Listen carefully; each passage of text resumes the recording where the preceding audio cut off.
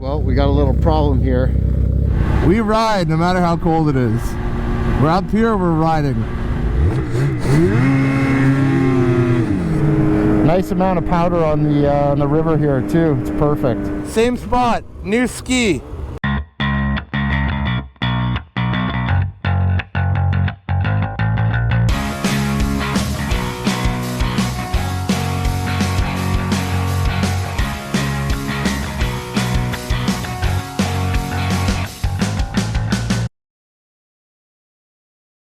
Not cranking at all, then the battery's dead. That's what it was. Old school. No, you don't have any? Want that back? No?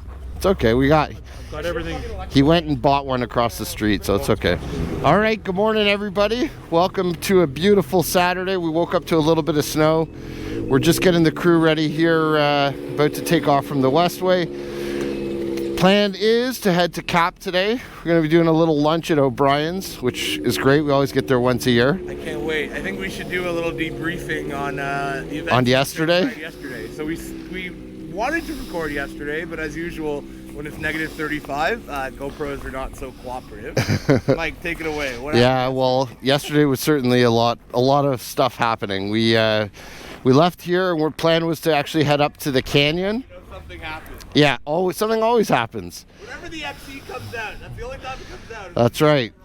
So we we started making our way up to the canyon, and about 70 kilometers up, Jeff's chain case, or his drive shaft, decided to blow apart. So we didn't quite make it. I had to tow him back to town. All right, well, we got a little problem here. We've got the flashers on. And Jeff's chain case let go, which sucks, so we're on our way back down. And Kenny and Danny and Jesse continued along to make it up to the canyon, and then I towed back with Jeff, and Chris followed. And unfortunately, when Danny got to the top, he was really beat, so they called me and asked if I'd just drive up and pick him up because he didn't want to sled back. So that's kind of how that went. So I ran up, did an hour and a half drive, picked him up. It was a long day. Finished off with some dinner at JR's, and that was it. Lots of trailers compared to what I saw the other day. Definitely getting busier now, which is nice. Get these guys all lined up for a shot, and then we're gonna get out of here.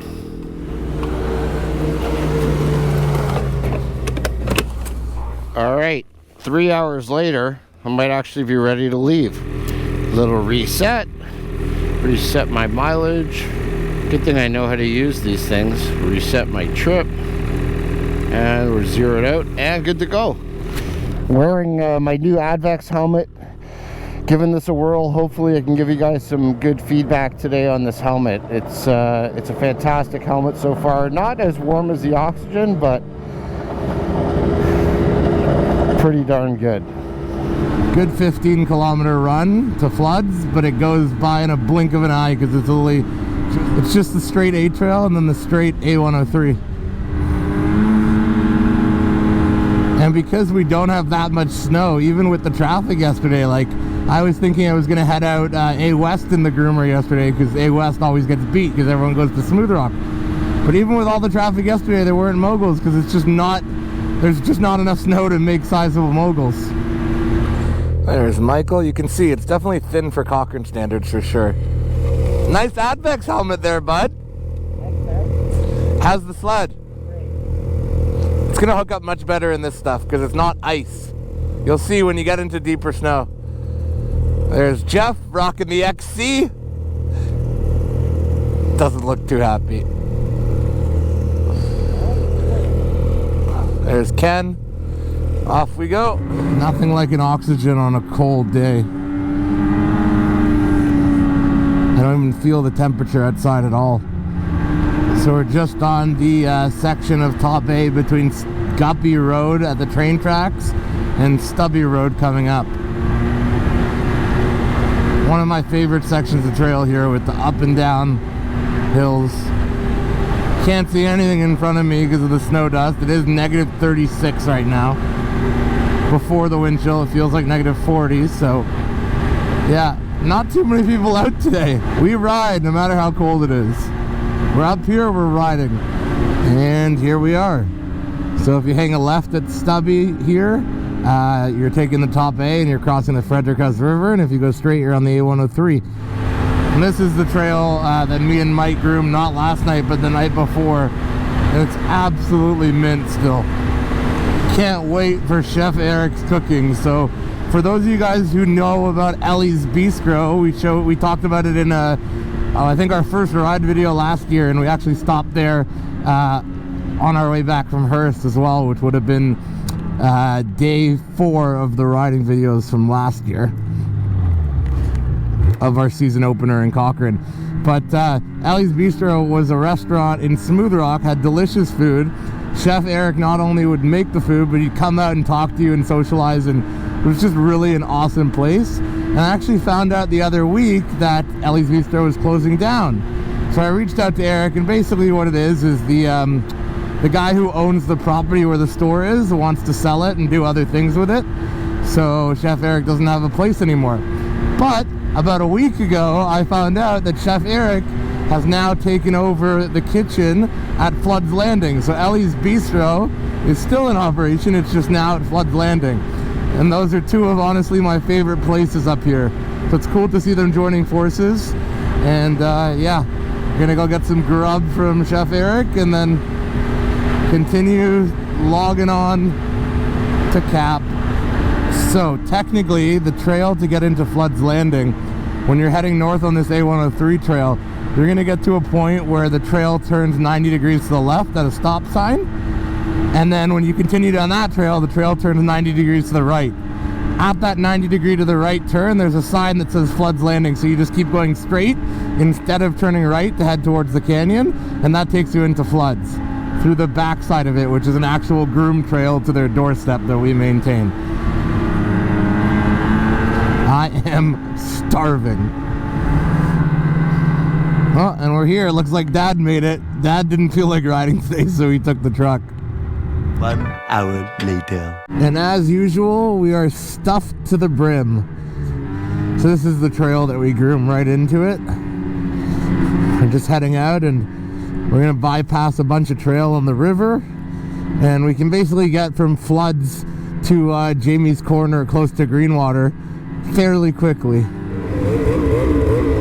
Just hopping on the river.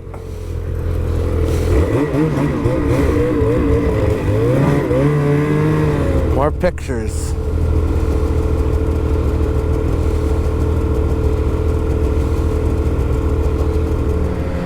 This is probably one of my favorite runs in Cochrane, and we kind of got into the off-trail stuff last year a little bit, and it's really, really cool. There's Jeff's riding Danny's Polaris today. Always have spare sleds if you can, because when things happen, you don't want to ruin your whole trip. Nice amount of powder on the river here too. It's perfect. One thing I really do like are the new handlebar muffs that Skidoo made that you can see here. One gripe I had with the old ones is it's a tight space, so if you pull your hand out and you need to reach in to grab the brake, it's restrictive.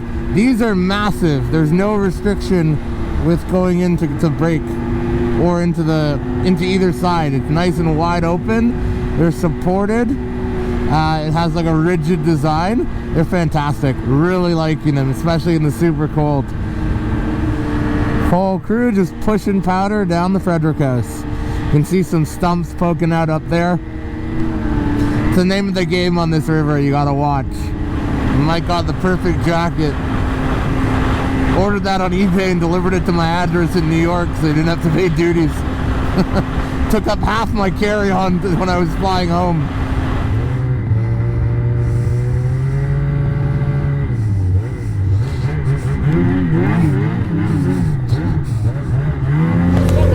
That was really good. So now we're in the bush for a little bit, and then we'll be back at A West, but this saves a huge amount of time. Just strolling through the backcountry here. It looks like we're probably first tracks down this trail coming off the Abitibi River. So we're gonna pack this down a little bit. I remember coming through here last year, or actually 2 years ago, where they got like 6 feet of snow, and the trail had only been broken in with free rides with shortened front ends, or narrowed front ends. So I kept falling off to the side. Kenny knows all these shortcuts, and we know nothing. If we were leading, we'd be lost already. Probably end up somewhere in down in Toronto. Well, good news, at least if you're exploring a lot of these backcountry areas with Kenny, like he says, there's really not a lot of rocks. I mean, sure, you can hit stumps, but you still got to be careful, especially the first couple times going through, but it's actually pretty safe. And here we are at A West.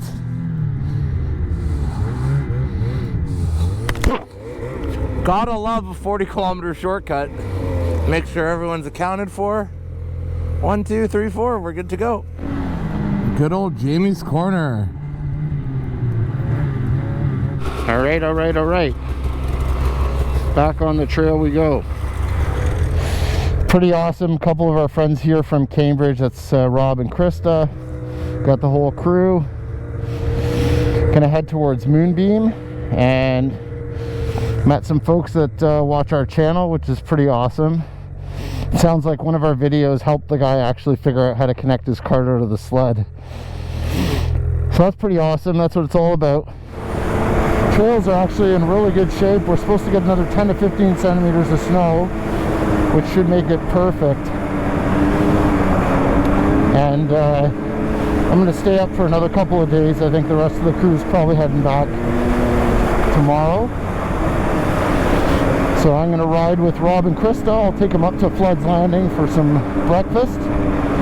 They've also been huge supporters of the channel and kind of everything that we've been doing. So they're awesome, and they're from my hometown. We pretty much have seen them everywhere so far this year. Started out in Vallon, they were there. And now they're up here in Cochrane. I mean, they're hardcore. Out on the BCXRS today, it's the first time I've had it on some decent trail with a little bit of snow on it. The last time, well, mind you, the last time I rode it in Vallon was pretty good too, but trails were pretty hard, so still getting used to it. The suspension on it, unreal. Definitely a step up, man, from an X, especially in bumpy stuff. I've got it set on the softest and I can't even bottom it out. And I'm over 200 pounds, so. But, you know, again, I really think it's the best of both worlds. I ran the 900R for quite a bit the last couple of days. Back on the 850. You just, honestly, you can't go wrong with any of these sleds. They're all so good. This definitely feels way more nimble for sure. But my goodness, that 900R with that MCX kit is a friggin' riot. Ski dangler. It's like the ultimate ski dangler. So much fun to ride. Well, we should be finding out shortly about the Snow Tracks Yellow Blood contest that we entered. Jesse and I worked on a video submission for it, so we're really crossing our fingers and hoping we get it. It'll be such a cool opportunity. It'll be a great experience to hang out with those guys and be able to get to the launch of the 2025 skidoos in Valcourt, Quebec. So, fingers crossed we get it. Let's see what happens. We should be finding out any day now. We're going to be doing some of the local trails around Cap today. On the way there, we're going to do the south side. On the way back, we're going to do the north side. So, trails are all groomed up and should be good. I heard there's more snow down this way, so we'll see. Just past the cutoff to go into Fauquier, and now we're going to be coming up to the border with the Moonbeam Snowmobile Club. Little river up here. Thank you for riding Arctic Riders trails. They were really good. The A trail all the way from Greenwater to here has been pretty good.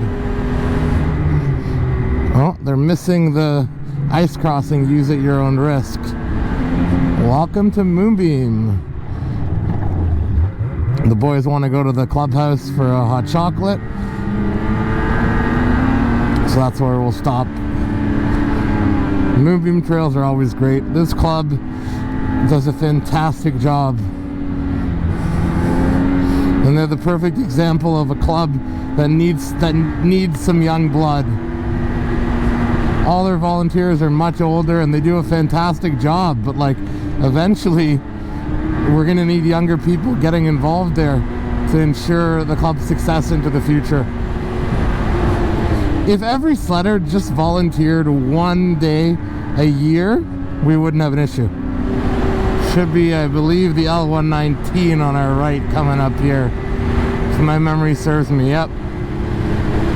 That's the nursery loop. So we're gonna hit that on our way back.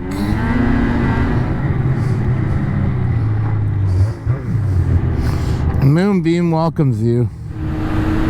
Yeah, so we're gonna hit this local loop south of Moonbeam and then take the 123 and then go up into Cap for lunch, and then on the way back we'll go via the A trail and hit our favorite run, which is the L125 through Rene Brunel Park. ECXRS running great. I'm not still not getting kind of the best RPM or optimal RPM range with this sled. I'm not sure what's going on or what's changed, but I'm running these clickers on the max setting of 5 to try to get 8,000 RPMs, and it's kind of all over the place. It's been like, it'll do 7,900, it'll do 8,000 once in a while, but then it's like 75, 7,600. So not sure what's going on. I gotta get some help. I don't know what skidoo's changed, if anything, if it's different ramps or whatever, but I gotta figure this out. I might have to take away some weight. I hope you guys are all out riding. At least Southern Ontario's got quite a bit of snow now, and it looks like I think about 8,000 kilometers worth of trails are open, which is great. I think that's also probably the reason why we're not seeing as much traffic up here. I think people are just trying to see if they can get some riding in locally, which is awesome. So I hope you guys are getting out. When you head down a side trail hoping it's in good condition, and it is, friggin' mint. I still haven't put my Bergstroms on. I just have not had time up here, and my sled is really all over the place with the stalkers on, so I gotta get those changed up when we get back today, or maybe even tomorrow if I get some time. But it's been darting like crazy today. If you're not on it, it likes to move around a little bit with the stock setup. Oh my god, L129 is just absolutely sweet right now. Opens up into a nice big, long, wide logging road almost, and it's great through the trees here. Looks like they had a fresh groom on the one side there.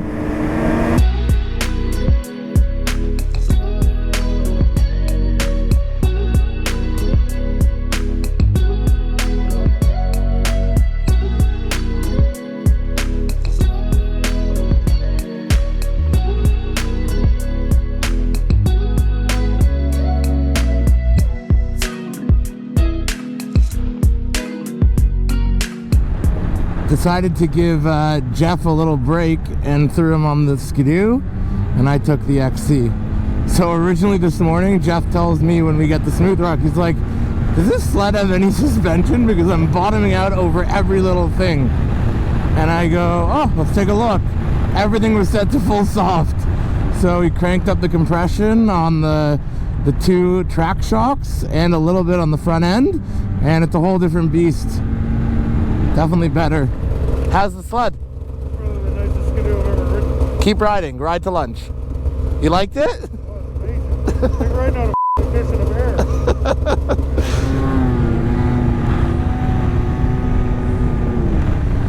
Last little stretch of the morning to get to our lunch stop in Cap. Just turned onto the L137. I gotta say, man, even this 2019 Indy handles really, really well. Polaris has just got front end figured out. They really have. There's so little steering effort I gotta put in. The sled just goes where you point it. And this is an Axis chassis. If you guys have watched the channel or watched previous videos, you know this Indy is basically like our spare sled. So me and my dad each have a sled, and then we have this one in case we have a buddy that joins us or one of our sleds breaks down. We always like to have a spare sled. And this thing has served us well. We've never had a single issue. Besides the motor seizing 4 days after we got the sled, but that was a warranty thing at the very beginning of the sled's life.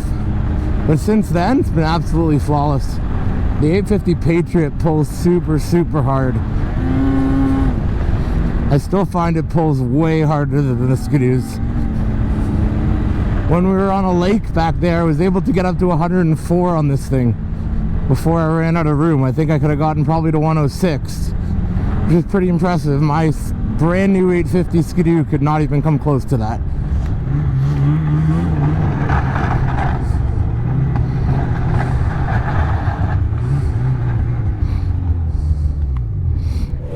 Okay, let's go stuff our faces again.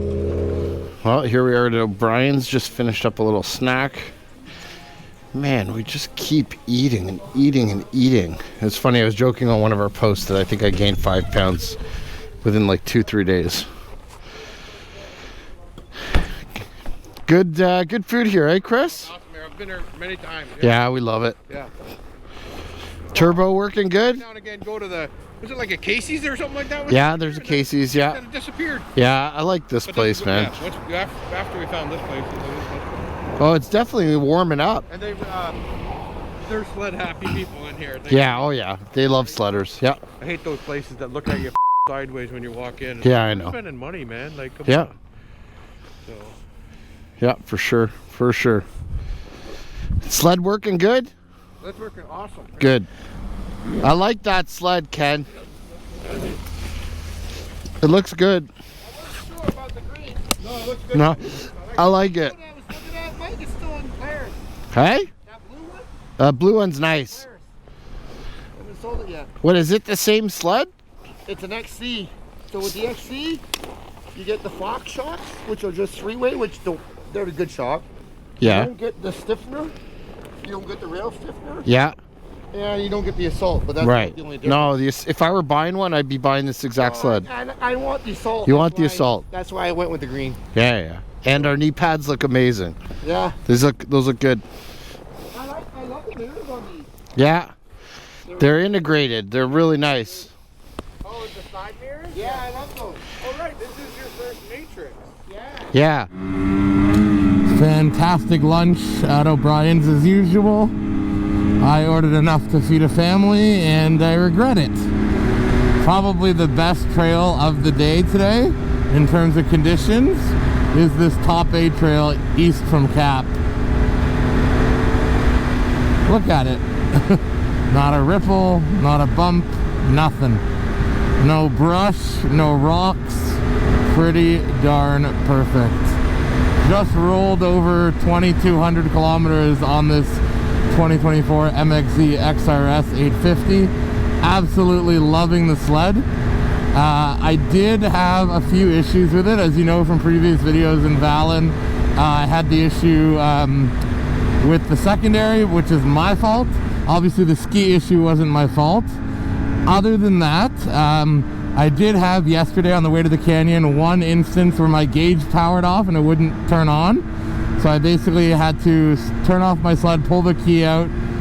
I waited a minute or two, replugged it in, started it, or fast pressed the start button, and the gauge came on. I haven't had an issue since. But that happened once. On top of that, and even more concerning, my starter seems like it's failing me. Yesterday, I went to start it, and I heard like a click when I clicked the start button, but no, it didn't actually engage. And then the second time it started, and then later in the day, it was 2 clicks, and then it started. And then last night, I went to start the sled when me and Ken were pulled over for a little bit, and it wouldn't start at all. Tried putting it on its side, wouldn't start. So I had to actually wrap the rope around the primary and pull start it. So I did that. First time I've ever had to do that on a skidoo. Anyway, since I manually started the sled yesterday, hasn't happened since. So sled starting first time every time, but I am gonna get it looked at. Other than that, only good things about this sled. As I mentioned before, loving the smart shocks. The gauge is great. My issue with BRP Go is currently still ongoing. I think it's an Android thing, but my phone just doesn't want to connect. Sometimes it will connect for a little bit, and then it will black out if I hit a bump or something, and then it won't connect. Like right now, it won't even connect at all. I plug my phone in, it shows it's charging, but it won't register that it's actually connected to the gauge. So BRP Go is running on my phone, but it's not coming through on the gauge at all. So that's unfortunate. And here we are. It's about to get wide.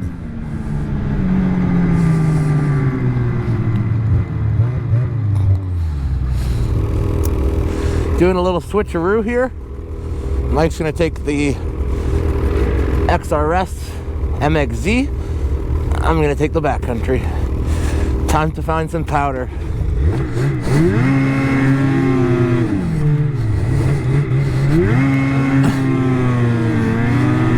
Another thing we figured out, we were trying to determine why it felt like this sled transferred less than last year's backcountry X that we had, the Gen 4. And I just chalked it up to Valen having icy conditions and there not being really any grip for the sled to grab. And that's true, because the sled definitely transfers well, and it wheelies really easy off trail and in the powder. But it does transfer less, and the reason for that is C-Motion X.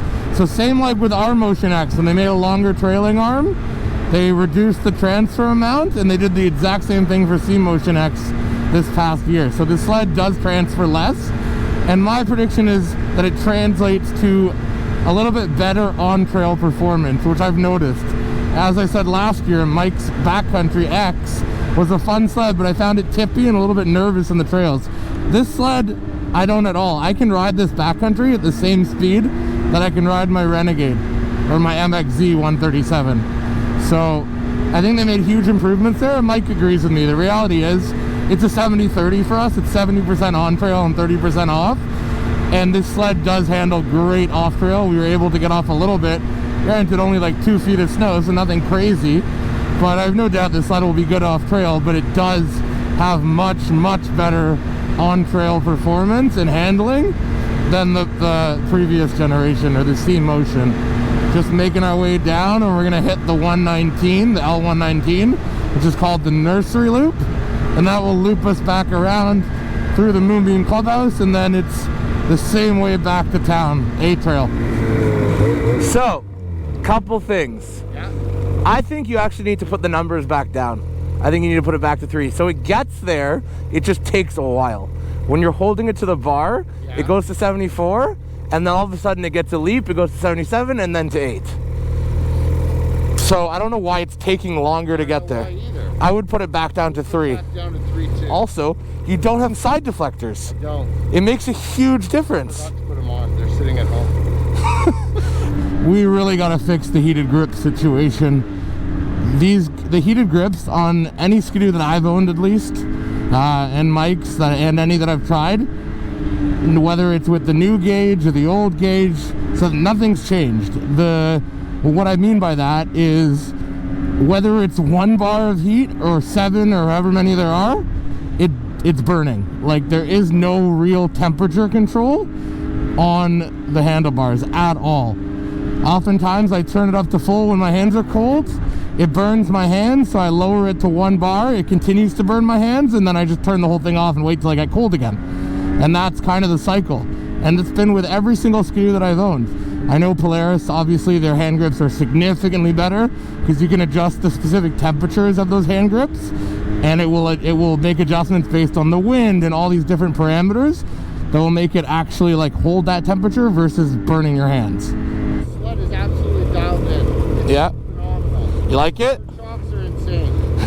Honestly, they work so Dude, well. I like this sled too, man. It works good, but I need a couple more tweaks. And I had some air time, and the suspension is great. Like, I landed, no bottoming out, it compressed. It's absolutely stuck to the trail. Yeah.